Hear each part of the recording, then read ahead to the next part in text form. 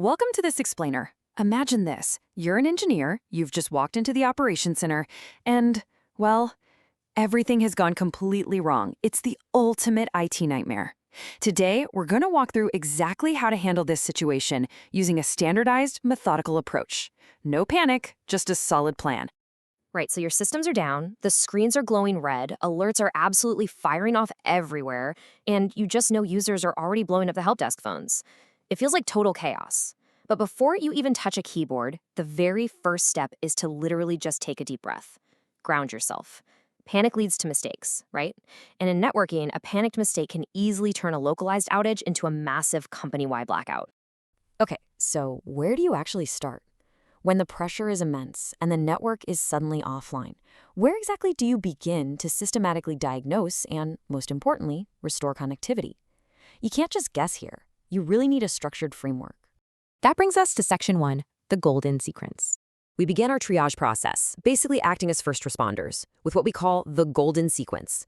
These are the first 5 commands you run, in this exact order, on any unknown device, to immediately assess its health. First, you start with show version, to check the device uptime and see if it, just reloaded. Then, show IP int brief scans all your interface states to see what's up and what's down.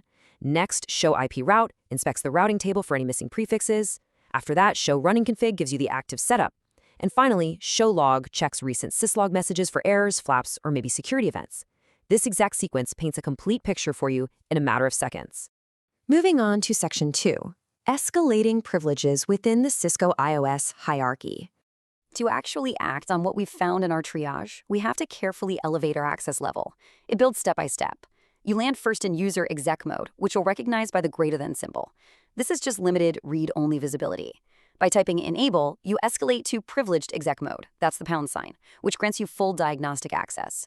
Finally, using configure terminal drops you straight into global config mode, where you have device-wide configuration power. Understanding exactly where you are in this hierarchy is absolutely crucial to prevent accidental changes.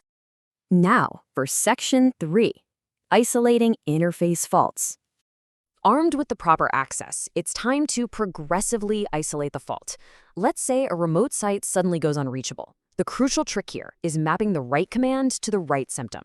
So if show IP interface brief shows an interface as down, you gotta dig deeper. If you then run show interfaces and see high input, output, or CRC errors, boom, you immediately know you have a physical layer issue. Maybe it's bad cabling or a duplex mismatch. But if that physical layer is clean, you run show IP interface to check the IP layer details. An inbound block here could mean a misconfigured access control list is just silently dropping all your traffic. Now, if you're feeling a bit overwhelmed by the sheer number of commands out there, just keep this rule in mind. Our sources emphasize that by mastering just these big 3 commands, show IP int brief, show IP route, and show running config, you can confidently answer roughly 80% of all questions during an active outage. They are your absolute foundation. All right, Section 4, testing network paths to find packet drops.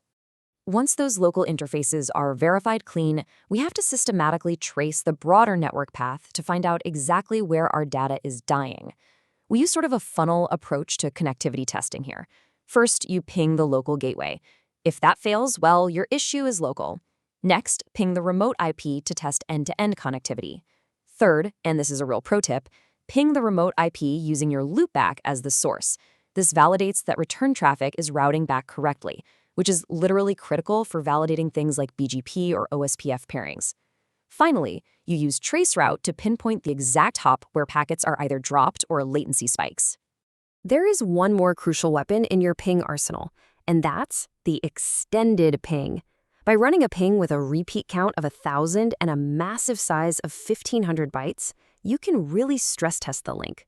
This is specifically designed to expose those sneaky, hidden MTU mismatch issues or path fragmentation problems that a standard small ping would just sail right through without a problem.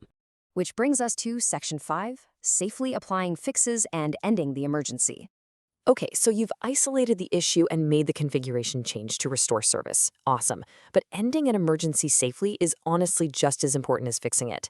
Before you consider a device fully restored and ready for production, you have to remember your legal safety net. Our sources explicitly state you must configure message of the day and login banners.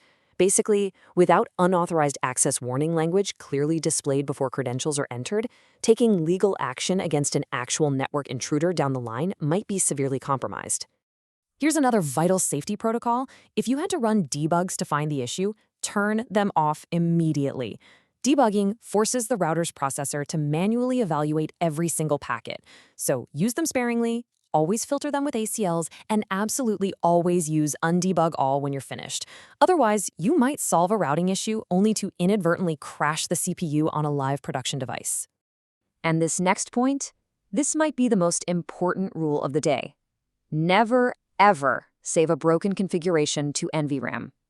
If your attempted fix breaks connectivity even further, just simply reload the device to discard it.